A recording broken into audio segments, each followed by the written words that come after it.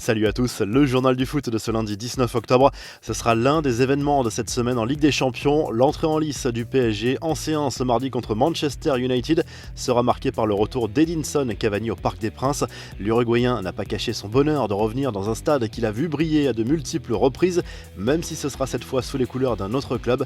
Je vais vivre un moment exceptionnel que personne n'imaginait, ce sera un moment incroyable. Une belle émotion, a confié le nouvel attaquant des Red Devils dans l'émission Téléfoot sur TF1. Kylian Mbappé s'est montré plus froid au moment d'évoquer ses retrouvailles. Il est dans une autre équipe maintenant, je lui souhaite le meilleur, mais il ne fait plus partie des nôtres. On va jouer contre lui et on va essayer de les battre, a lâché l'attaquant parisien. Cavani, lui, a enfin participé à son premier entraînement dimanche après avoir observé une période de quarantaine de 2 semaines. Il sera sans doute trop court pour débuter au Parc des Princes, mais il pourrait entrer en jeu. Bonne nouvelle pour le PSG avant ses retrouvailles avec Manchester United. Marquinhos va mieux. Après sa petite blessure à une cuisse contractée avec le Brésil, le capitaine du PSG postule à une place de titulaire, même si Thomas Tuchel ne prendra aucun risque si le Brésilien ressent encore des douleurs. Le message plein d'espoir de Virgil van Dijk, le défenseur de Liverpool, va devoir se faire opérer du ligament après une grave blessure au genou subie lors du derby ce week-end face à Everton. L'international néerlandais sera absent pendant plusieurs mois. Un énorme coup dur que le défenseur de Liverpool accueille avec philosophie en promettant de revenir plus fort que jamais. Van Dijk en a également profité pour remercier les supporters qui lui ont envoyé de nombreux messages d'encouragement, sans mentionner Jordan Pickford, le gardien d'Everton, qui l'a blessé en effectuant une sortie très dangereuse. Les infos en bref, l'autre polémique du week-end en Première Ligue, en plus de ce tacle de Pickford, c'est ce geste de Sergio Agüero très critiqué alors qu'il contestait la décision de l'arbitre assistante contre Arsenal. L'attaquant de Manchester City l'a réprimandé avant de l'attraper par le cou. Le geste aurait dû être sanctionné au minimum d'un carton jaune.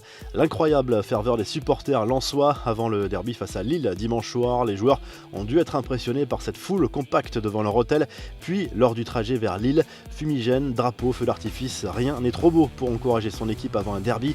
La boulette de Neymar lors d'une émission en direct sur Twitch. Le Brésilien a montré l'écran de son téléphone à la caméra et les spectateurs ont pu y voir le numéro de son compatriote Richarlison.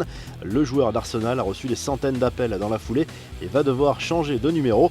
La réponse de Josep Maria Bartomeu, selon les médias catalans, le président du FC Barcelone restera inflexible sur son désir de renégocier à la baisse les salaires des joueurs pour la deuxième fois. Le patron du club Blaugrana n'a pas été sensible au courrier envoyé par les joueurs la semaine dernière. Le bras de fer ne fait peut-être que commencer. Enfin, le bel hommage des supporters de la Roma au père de Francesco Totti, décédé il y a quelques jours. Dans un stade olympico désert, ils ont pu déployer une banderole lors du match entre l'AS Rome et Benevento sur laquelle on pouvait lire « Ciao shérif, tifosi romain au cœur d'or ».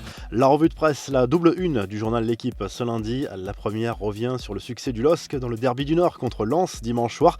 Victoire 4-0 des Lillois qui virent seuls en tête de la Ligue 1 avec 5 victoires et 2 matchs nuls au compteur. La seconde une met en avant la victoire lyonnaise à Strasbourg, 3-2 au terme d'un match spectaculaire. Les joueurs de Rudy Garcia ont affiché un visage séduisant, l'image de Memphis Depay, même s'ils se sont fait peur sur la fin de match à la Méno. En Italie, Tuttosport évoque l'avenir de Paolo Dybala à la Juve. Le club turinois cherche à prolonger le contrat de l'Argentin qui se termine en juin 2022. Le quotidien sportif explique que la vieille dame veut boucler ce dossier avant le mois de janvier afin de s'éviter des complications. La Gazette dello Sport consacre sa une à Zlatan Ibrahimovic qui reste, même à 39 ans, au sommet de son art. L'attaquant de l'AC Milan a un plan pour sa fin de carrière, jouer au-delà de 40 ans avec les Rossoneri et retrouver la Ligue des Champions la saison prochaine. Et en Espagne, Marca évoque le gros coup de gueule de Zidane contre ses joueurs après la défaite à domicile contre Cadix en Liga. Le technicien français a regretté l'attitude et le manque d'implication de certains joueurs et tire la sonnette d'alarme avant une semaine qui s'annonce décisive. Un premier match en Ligue des Champions contre le Shakhtar Donetsk mercredi soir, puis le Classico contre le Barça samedi prochain. Vous retrouvez l'actu foot sur topmercato.com, l'appli Top Mercato. A très vite pour un nouveau journal du foot et on se quitte avec le classement réactualisé des meilleurs buteurs des grands championnats européens.